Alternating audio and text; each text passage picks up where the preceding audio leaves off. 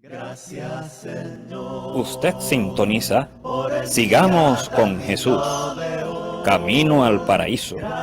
24 horas de alabanzas y difusión de la verdad, pura y sin mancha. Gracias por su sintonía. Gracias por la mañana. Gracias por su sintonía. Esta es Sigamos con Jesús.com, Camino al Paraíso. Buenos días. Dios bendiga a Isabel Méndez, Carmen Iris Aria en el barrio 27 de febrero. Víctor García, estaba un poco asustado. Digo, ¿dónde estará el hermano Víctor? Que no aparece, pero ya, qué bueno que está por ahí. Saludos para usted, Víctor. Y si tiene un acompañante también, saludos para ustedes. En el día de hoy decíamos que vamos a estudiar el libro de Apocalipsis. Libro de Apocalipsis a la altura del capítulo 1. Por favor, acompáñenme. Apocalipsis 1, 9 al 17. Vamos a estudiar el libro de Apocalipsis. Y cuando se habla de Apocalipsis, pues en el caso mío siempre trato de digerir la palabra de Apocalipsis, porque bien es sabido, yo no quiero decirle difícil Apocalipsis, pero sí hay que ser, como en toda la palabra, muy minucioso al leer Apocalipsis. Y porque lo que decimos, lo que podríamos decir, vamos a decir, podemos evangelizar mal si no entendemos bien la palabra, como en todos los libros, pero Apocalipsis es sabido que tenemos que ponerle mucho cuidado. Mire, el libro de Apocalipsis, el autor es Juan, el apóstol. Y la fecha del libro de Apocalipsis está entre los 70, el 70 y el 95 después de Cristo. Los temas que trata Juan en Apocalipsis, el Señor Todopoderoso reina, y la clave en Apocalipsis son el trono. Usted va a ver mucho que se habla de trono, de cordero, de vencerá, de 7 y yo vi. Este libro, escrito por el anciano apóstol Juan durante su exilio en la isla de Patmos, aproximadamente en el 90-95 después de Cristo, es el único libro del canón con estilo apocalíptico. En consecuencia, está repleto de imágenes y simbolismo, lo que hace su interpretación sea dificultosa y hasta controversial. No sé si usted sabía eso. Sin embargo, el propósito básico es uno: revelar a Cristo como Señor y como vencedor del maligno. Presenta así la soberanía de Dios y su intervención en los eventos de final de los tiempos. Apocalipsis ha sido una fuente de estímulo e inspiración para los cristianos de todas las generaciones. Por eso le decía que cuando yo leo Apocalipsis, tengo mucho cuidado por tantos simbolismos que hay, porque muchas veces leemos una cosa, creemos una cosa, pero si no nos profundizamos bien, podemos entender otra. Eso es lo complejo de Apocalipsis, pero está ahí y Dios revela. ¿Revela cómo? A través de su palabra. A través de su palabra. Entonces, en el libro de Apocalipsis, hoy, vamos a hablar de la visión del Hijo del Hombre. Oiga bien, visión del Hijo del Hombre. Ahora, ¿quién es el Hijo del Hombre? Siempre cuando usted tiene un título, escucha un título, usted tiene, perdón, tenemos que estar claros acerca de lo que estamos leyendo, leer bien el título para entender. Es una clave muy importante, la visión del Hijo del Hombre. Y dice Apocalipsis 1, 9 al 17, acompañarme por favor con sus Biblias o sus apuntes. Apocalipsis 1, 9, 17, dice el 9, yo Juan, ahí está hablando, ¿verdad?, del apóstol Juan, que hablamos, vuestro hermano y copartícipe vuestro en la tribulación, en el reino y en la paciencia de Jesucristo, estaba en la isla llamada Patmos por causa de la palabra de Dios y el testimonio de Jesucristo. Yo estaba en el Espíritu en el día del Señor y oí detrás de mí una gran voz como de trompeta que decía: yo soy el alfa y la omega, el primero y el último. Escribe en un libro lo que ves, y envíalo a las 7 iglesias que están en Asia: a Éfeso, Esmirna, Pérgamo, Tiatira, Sardis, Filadelfia y Laodicea. Y me volví para ver la voz que hablaba conmigo, y vuelto vi 7 candeleros de oro, y en medio de los siete candeleros a uno semejante al Hijo del Hombre, vestido de una ropa que llegaba hasta los pies y ceñido por el pecho con un cinto de oro.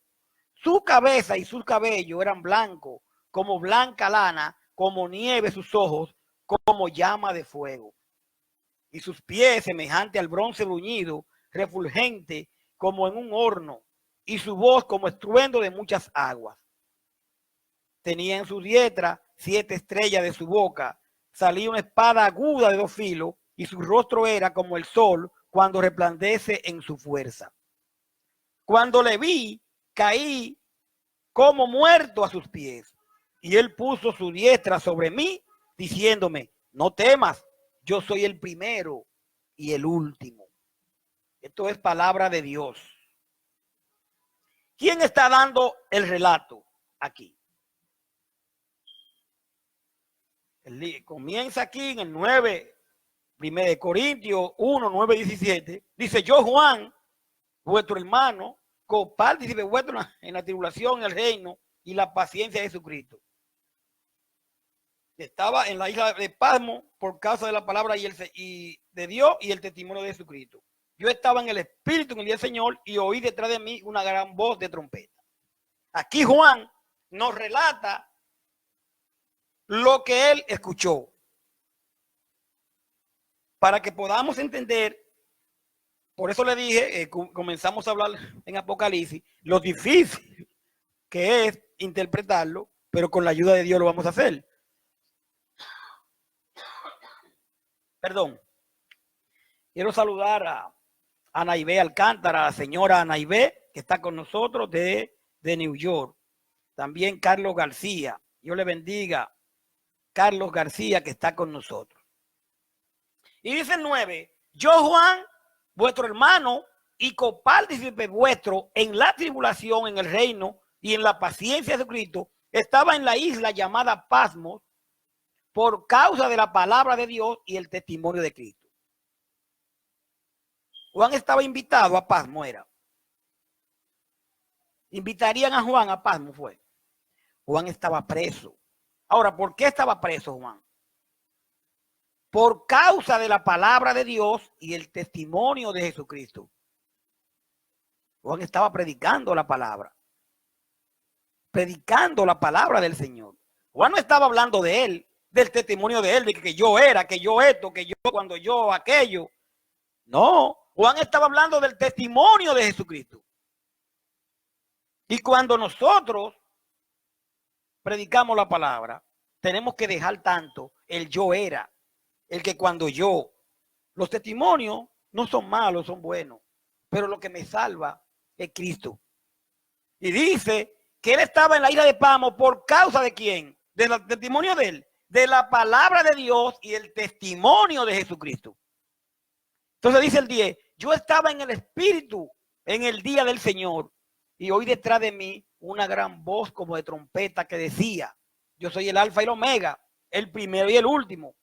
Escribe, Juan, ahí le puse yo que dice Juan, escribe en un libro lo que ve y envíalo a las 7 iglesias que están en Asia. ¿Y cuáles eran esas 7 iglesias? Muy mentadas en Apocalipsis. O estaba en Éfeso, Esmirna, Pérgamo, Tiatira, Sardis, Filadelfia y Laodicea. Escribe lo que te voy a decir y mándalo a esas 7 iglesias. Y me volví para ver la voz que hablaba conmigo. Y vuelto, vi 7 candeleros de oro. Y en medio de los 7 candeleros, a uno semejante al Hijo del Hombre, vestido de una ropa que llegaba hasta los pies y ceñido por el pecho con un cinto de oro.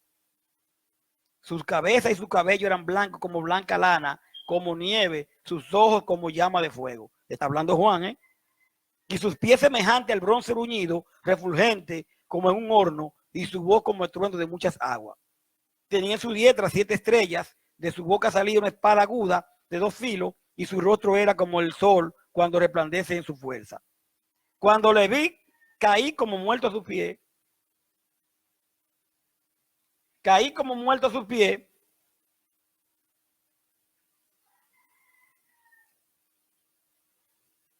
Y él puso su diestra sobre mí diciéndome, no temas, yo soy el primero y el último. ¿Quién está hablando? Está hablando Juan. Está diciendo, ¿verdad? Lo que escuchó.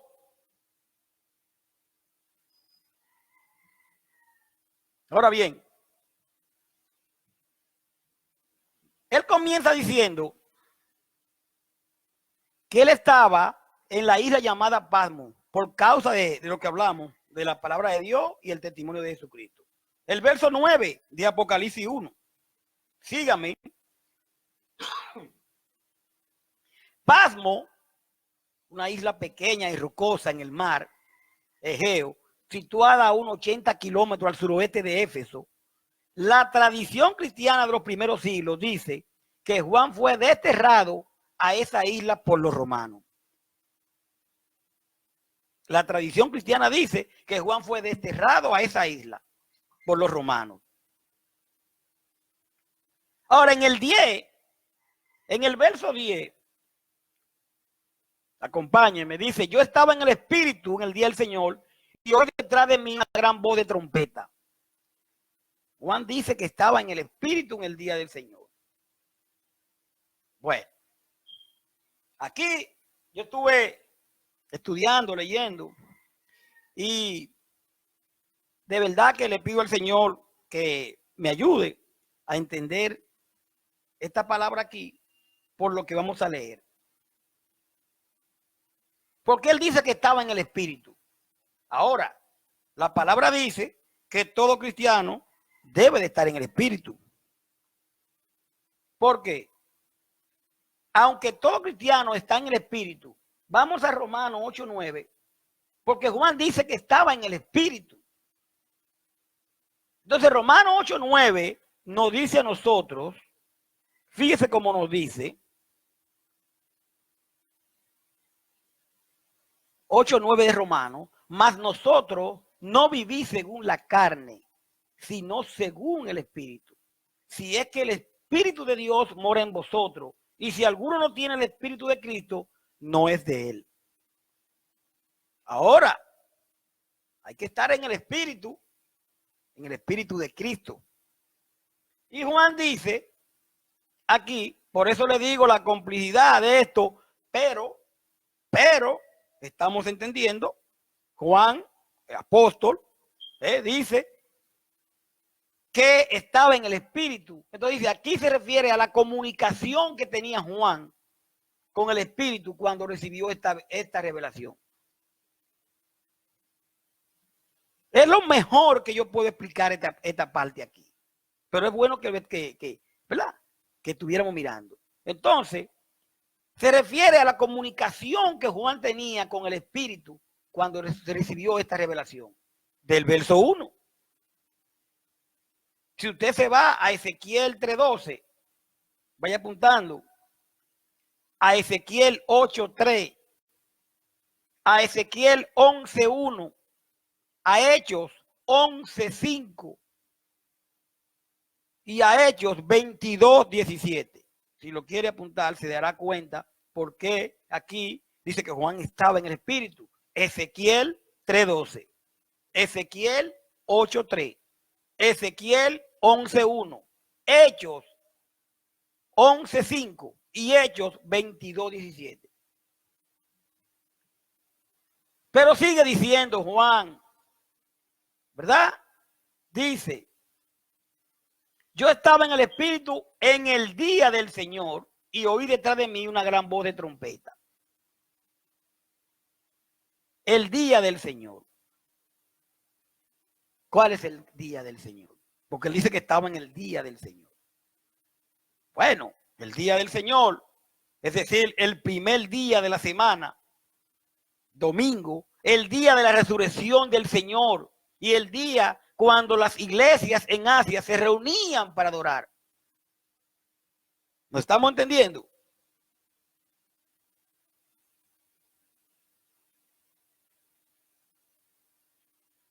Entonces el día del Señor, este día Juan fue inspirado a escribir las revelaciones que recibió.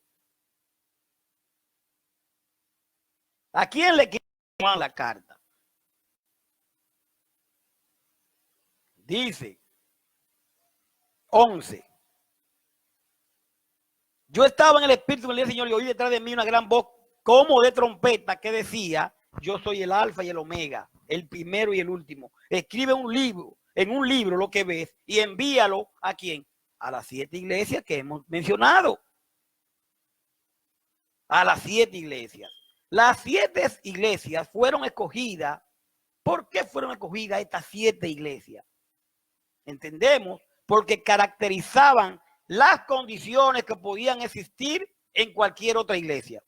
O sea, escogiendo estas 7 iglesias, cuando se le escribe a estas 7 iglesias, entonces las otras iglesias, ¿verdad? Estas eran como un modelo que iban a seguir en las otras. Entonces, por eso dice, las 7 iglesias fueron escogidas porque caracterizaban las condiciones que podían existir en cualquier otra iglesia. Son mencionadas en el mismo orden en que serían visitadas por un mensajero viajando hacia el norte en el camino principal de Éfeso a la Odisea. Ahora, el verso 11, encontramos que dice 12, y me volví para ver la voz que hablaba conmigo, y vuelto vi 7 candeleros de oro. 7 candelabros de oro. Yo siempre me he preguntado de los candelabros, ¿qué significan?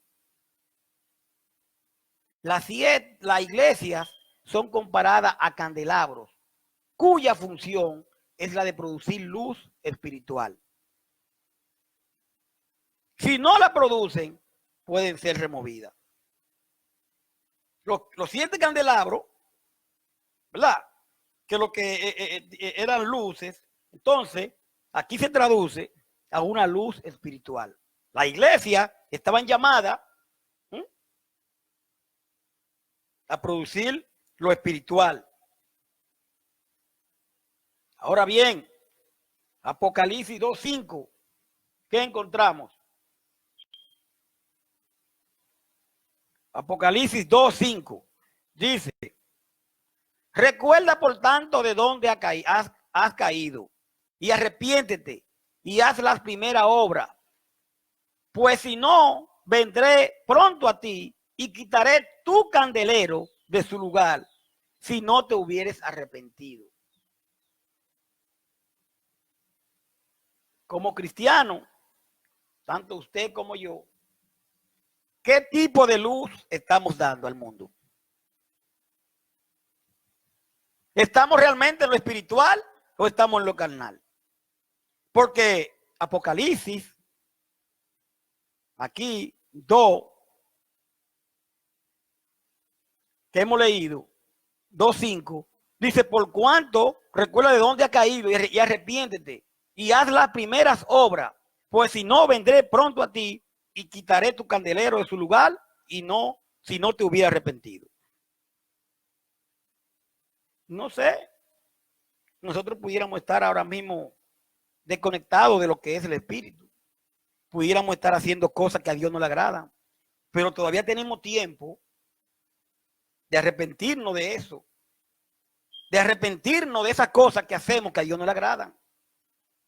Y son muchas cosas que podríamos nosotros tener, pero todavía el Señor nos dice: recuerda por tanto de dónde ha caído y arrepiéntete y haz las primeras obras, porque si no, yo voy a venir delante de ti y quitaré tu candelero de su lugar y no, si no te hubiera arrepentido. ¿O usted cree que nada más los que no le sirven al Señor es los que están mal? Muchos de nosotros, siempre escuche esto, me involucro. Muchos de nosotros estamos mal, pero no queremos arrepentir.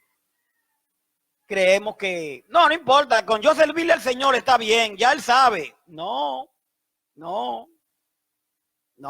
Una mala compañía hace daño. Y muchas veces estamos en lugares donde no son del Señor. Dice el 13, hijo de hombre.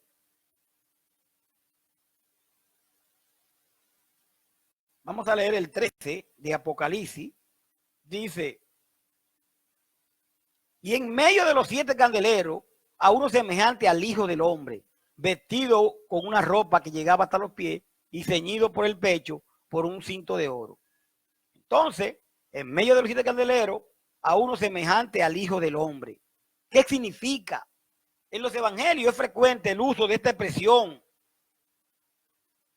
En los evangelios, casi 90 veces, pero en el resto del Nuevo Testamento solo se encuentra aquí y en Hechos 7:56. ¿Usted está oyendo? Hijo del Hombre. Solo se encuentra aquí y en el Nuevo Testamento y en Hechos 7:56, donde usted va a encontrar que dice, y dijo, he aquí, veo los cielos abiertos y al Hijo del Hombre que está a la diestra de Dios. ¿De quién estamos hablando? ¿Del Hijo del Hombre? Ahí está claro. Entonces, en los evangelios lo vemos eso como casi 90 veces, pero en el resto del Nuevo Testamento solo se encuentra aquí y en Hechos 7:56 con una posible referencia en Apocalipsis 14:14. En una posible referencia en 14:14 de Apocalipsis, cuando dice, miré y he aquí una nube blanca y sobre la nube uno sentado semejante al Hijo del Hombre, que tenía en la cabeza una corona de oro y en la mano una hoz aguda. ¿Sabes? Vaya escribiendo, vaya apuntando todo esto. Ahora bien, dice también, es un título, Hijo del Hombre, del Mesías, que inaugurará el reino de Dios en la tierra. De Daniel 7:13 al 14. Pero dice el 16, siguiendo leyendo aquí, dice, tenía en su diestra 7 estrellas. De su boca salía una espada aguda de 2 filos y su rostro era como del sol cuando resplandece en su fuerza. Estamos en el 16. Mano derecha, es decir, lugar de honor y autoridad. Aquí vamos a llegar al punto donde vamos a tener que hacer un pare. Pedirle al Señor que nos ayude con lo que vamos ahora a leer. Fíjese. Dice, ya dijimos que el libro de Apocalipsis tenemos que tener mucho cuidado, porque podemos decir una cosa por otra. Y yo mismo siempre le pido al Señor, ayúdame cuando voy a explicar esto, cuando voy a estudiar esto, porque de verdad que es complejo. Esa es la palabra que le encuentro. 7 estrellas. Ya ustedes saben que mano derecha es decir, lugar de honor y autoridad. Ahora, 7 estrellas se identifican como los ángeles de las 7 iglesias. Los ángeles de las 7 iglesias. Vamos al tema un poco ahora, ¿verdad? En el verso 1:20 de Apocalipsis, aquí, Apocalipsis 1:20, mire cómo dice. El misterio de las 7 estrellas que has visto a mi diestra y de los 7 candeleros de oro. Las 7 estrellas son los ángeles de las 7 iglesias y los 7 candeleros que he visto son las 7 iglesias. Estamos hablando aquí que las 7 estrellas son los ángeles de las 7 iglesias. Pero esto se ha malinterpretado de una manera que yo pienso que usted ha escuchado. Y si no lo ha escuchado, lo va a escuchar hoy. Fíjese. Una vez, perdón, una vez yo estaba en una iglesia sectaria junto al hermano Víctor, que está por ahí. Y yo oí decir a un pastor de esa iglesia que él era el ángel de la iglesia, que los pastores eran los ángeles de la iglesia, que el pastor de cada iglesia era el ángel de la iglesia. Un concepto erróneo, totalmente erróneo. ¿Por qué? Le explico. Uno de los grandes problemas de entender Apocalipsis, es decir, que lo que Juan quiso decir con los ángeles de la iglesia, y hay muchas versiones, y entre ellas, que el ángel de la iglesia es el pastor de esa iglesia. Y es un error. La palabra ángelos tiene dos sentidos. Puede querer decir ángel, pero mucho más frecuente quiere decir mensajero. Se ha sugerido que los mensajeros de todas las iglesias se habían reunido para recibir un mensaje de Juan y transmitírselo a sus congregaciones. Si es así, cada carta empezaba al mensajero de la iglesia. Y no como empieza la carta. Entonces, por lo que se refiere al original, esto es perfectamente posible y hace buen sentido, pero la dificultad está en que ángelo se usa en Apocalipsis unas 50 veces, aparte de aquí, y en la carta a las 7 iglesias, y siempre quiere decir ángel. Ángel.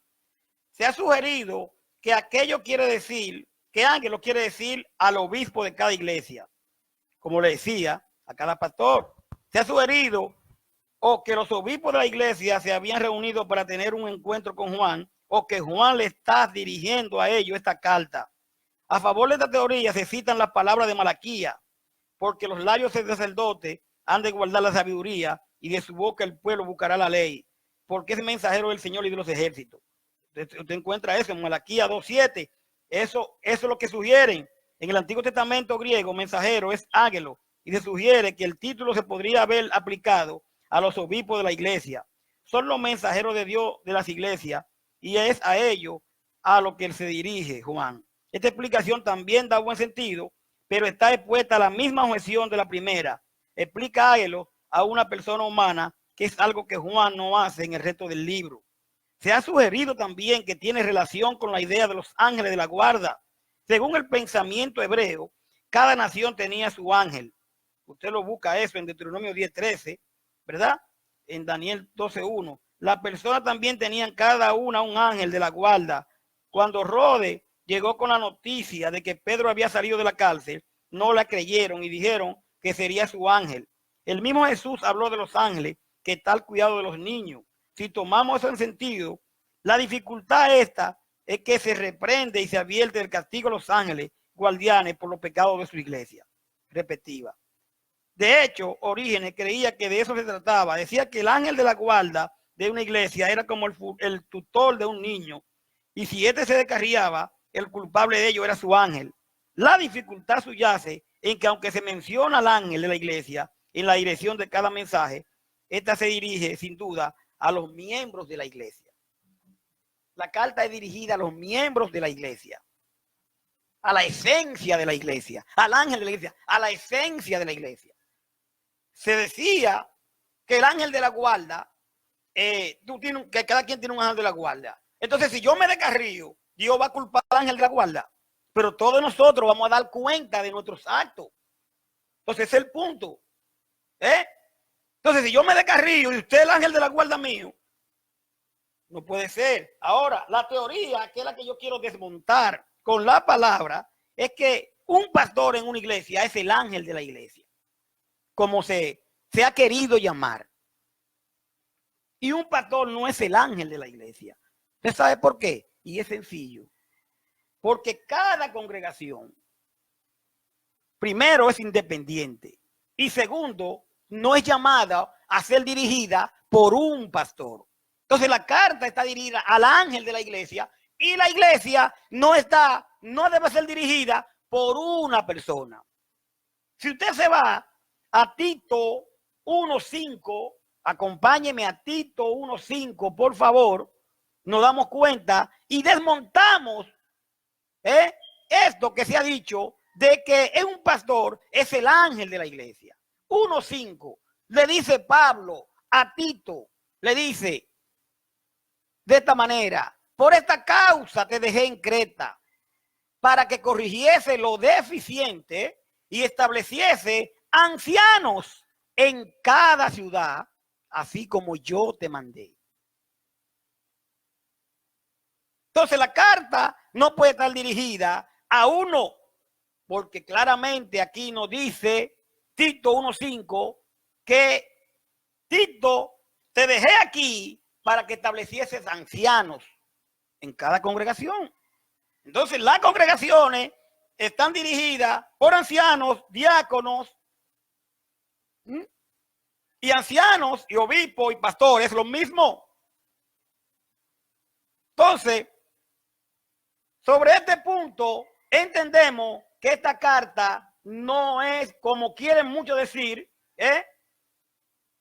como una vez me dijeron, estaba yo con el hermano Víctor, que un pastor de la iglesia es el ángel del Señor. O sea, ahí está desmontado con la palabra.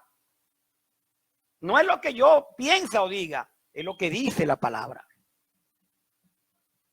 Por eso lo decía que quería hacer un pare aquí. Entonces, un pastor de una iglesia tal, primero, no debe haber un pastor, debe haber pastores en las iglesias, no uno, pastores, porque tal y como lo dice la palabra, los requisitos, como el Señor dijo, y como dejaron a Tito para que corrigiese lo deficiente, que estableciese anciano. Ahora dice el 16, me habla de una aguda, dice, tenía en su diestra 7 estrellas, su boca salía una espada aguda de 2 filos, una espada aguda. Esta es una descripción simbólica del poder de la palabra de Dios. Una palabra aguda. Esta es una descripción simbólica del poder de la palabra de Dios. Isaías 49:2. Si usted va conmigo a Isaías 49:2, me acompaña. Gracias por su sintonía. Acompáñenme a Isaías 49:2. Nos dice: y puso mi boca como espada aguda, me cubrió con la sombra de su mano y me puso por saeta bruñida y me guardó en su alhaja, en su albaja. Pero no solamente usted podría estar o no de acuerdo, pero si realmente usted está en el espíritu, está en la humildad de recibir la palabra, esta palabra es cortante de 2 filos, tanto a usted como a mí nos enseña todo lo que la palabra nos quiere dejar dicho el día de hoy y siempre. Pero el 17 dice, ya terminando, dice el 17 de aquí de Apocalipsis 1:9, dice de esta manera: cuando le vi como muerto a sus pies, caí como muerto a sus pies, dice Juan. Y él puso su diestra sobre mí, diciéndome: no temas, yo soy el primero y el último. El primero y el último es una afirmación de lo eterno de Cristo Jesús. Cuando él dice yo soy el primero y el último, es una afirmación de lo eterno de Cristo Jesús. Y comparte de las prerrogativas de la deidad. De las prerrogativas de la deidad. Primero y el último. Esto que hemos estudiado en el día de hoy, visión del Hijo del Hombre, nos dice claramente: Cristo, nuestro Dios, a Él nosotros debemos, como siempre, servir, adorar, obedecer, y en su palabra está todo dicho. A nosotros lo que nos toca es obedecer su palabra. Obedecer su palabra. Si verdaderamente nosotros queremos honrar al Señor, vamos a obedecerle, vamos a escucharle, vamos nosotros a entender que Él es el camino, la verdad y la vida. Vamos a pedirle que esta palabra en el día de hoy nos ayude a que realmente podamos entender que en Él es que hay salvación y vida eterna. Yo no lo salvo a usted. Yo estoy hablándole de la palabra del Señor que lo salvan. Lo que nos salva es Cristo. Yo no lo salvo a usted. Yo estoy tratando de salvarme. Obedezcamos a Dios. No ponga sus ojos en hombre. Yo no lo pongo. Póngalo en Cristo. ¿Oyó? Y si realmente queremos honrar al Señor, y si realmente queremos decir que Él es nuestro Rey, que Él es que gobierna nuestra vida, la verdadera exaltación de Cristo cambia la admiración en adoración. Cuando adoramos a Cristo como dice la palabra, Él se siente contento. No es que yo admire a Cristo, es que yo le obedezca. Yo quiero mucho al Señor, pero no le obedezco. No es cuestión de que usted hable bien de Cristo, no es cuestión de que yo hable bien de Cristo, es que le obedezcamos. La verdadera exaltación de Cristo cambia la admiración en adoración. Que la paz del Señor esté con nosotros. Gracias por su sintonía. Esta es sigamosconjesús.com, camino al paraíso. Hoy estuvimos tratando el tema, espero que no haya sido de mucha ayuda, visión del Hijo del Hombre. Y nos apoyamos en Apocalipsis 1, 9, 17. Quiero saludar a unos hermanos y amigos que están por ahí. Primera vez que veo a Rosana Roque, nos sentimos contentas. No sé si estoy equivocado, primera vez que veo a Rosana. Dios le bendiga a Rosana por estar con nosotros. También a José Conga, el Blondie, le dejé el número para que me llamara, por favor. Leonardo Quintanilla, Henry López de León. También queremos saludar a Ana Ivette Alcántara, allá en el Bronx.